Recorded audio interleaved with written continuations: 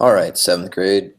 In preparation for our test, which will be this Thursday, that's in 2 days, I'm going to give you a quick rundown of everything that we've covered in the unit and then provide you some guidance with the study materials that are on my website that you can use. So you have already clicked on the Start Here, which will take you to my website, and you're going to see on the website that there are two interactives. One is this thing link that kind of goes through all the parts of the digestive system and what they do. The other is nutrition related, and that will be basically when you click on these, you can click on fruit, and then you can flip the card. And I'm actually going to flip these cards around so that the options here, let's change this to the term instead of the definition. And then now we can see that if we go to the next card, it's going to say bagel. And then when you flip it, you'll see that this is part of the grain group. So it's just asking you basically where does this fit in the grain, the protein, and the fruit and vegetable, which group does each type of food go into. So before we get to that though, I'm going to go through the class notes with you, and I'm going to start way back at the beginning of this unit, all the way down here in the October the 5th. And so we've been working on this for a little less than a month here, about 4 weeks now. And we've covered a lot of ground. You guys are currently writing your paper. But we came off of our microorganisms unit. In our microorganisms unit, we were studying mostly things that were single-celled, like bacteria and protists. And then we also talked about fungi, which are sort of multicellular, kind of a weird category of organism. But as we move on, now we're on to humans, in particular human body systems is what we're going to be talking about. And so what we're looking at today is the digestive system. And so just to kind of show you the order of things, this is one chart that you will need to know, is that cells are the smallest living thing. Cells can combine to be a tissue. Tissues can combine to form an organ.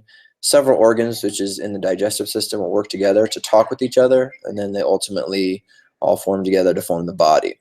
So the first thing that we did was our saltine lab report, in which you guys had to see if you could eat 6 saltines in a minute. It was pretty clear from our results that no one was able to eat more than 6 saltines in a minute.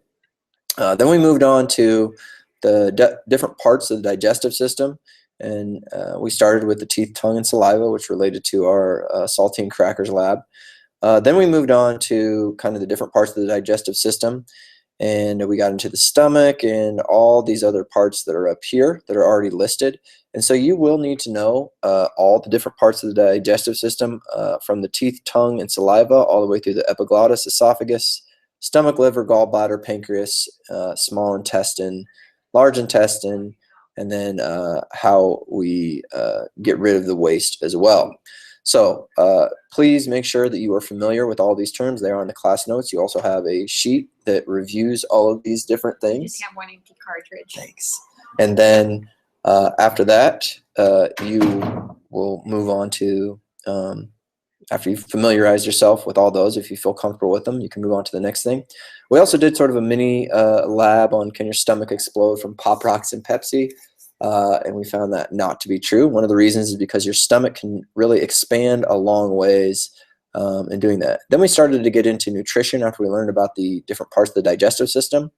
And you guys researched different foods and how many calories and things we have. One of the things that I want to point out that I will add to this, or actually I won't be adding to it, is what are things that are good for you, what are things that are bad for you. One of the main things we want to avoid in our foods is sugar. So we're looking for that high fructose corn syrup as one of the first ingredients, or just plain sugar as something to avoid. We also want to avoid things that have lots of fat. So we always want to look at the total calories and the number of fat calories in comparison. And we want to have a low number of fat calories. This is a very healthful plate, as we can see over in this picture here.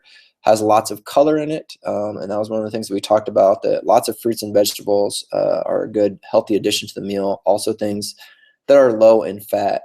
We also want to get some good carbs in there too.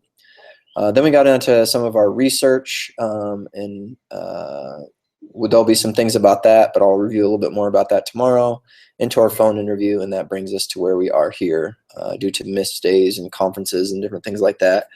We actually have only had about 3 weeks of time to work on this. So lastly, once you've kind of reviewed all those things, the best place to review that is right here. This is going to go over all of these different things. One of the things I will point out is something with regard to like pH levels, and that was when we did our little acid base test, and you saw that hydrochloric acid, which is in the stomach, it burned right through our little papers, which we dipped our litmus strip in the stomach acid or the hydrochloric acid. That's got a pH of 1. And then over here, saliva has a pH of about 6. And then we looked at several things that were in between. So when we take our test, there will be some critical thinking questions around the pH level of various things. So use this and just really know all the things that are on this thing link interactive here. And no, one of the things I want to point out about the large intestine is that this is where problems with constipation or diarrhea occur, because the large intestine removes water. If it removes too much water from the leftover food, then that will lead to constipation. And then if it does not remove enough water, then that is why stools become watery and leads to diarrhea, because something is irritating the large intestine and it's not removing the amount of water. So just again, one other thing that we didn't really discuss in depth was the appendix. The appendix is an extra organ that your body doesn't need. Some people have, when their appendix gets infected, it's a pain on your lower right side. And if you get an appendix infection, you usually have to have your appendix removed and with surgery. If it bursts, then it's a much messier surgery, because they have to clean out all the nasty stuff that exploded into your digestive cavity. So that's the main idea. Right now, you need to look over these, go through all these nutritional food groups, and really become familiar with them. That is all.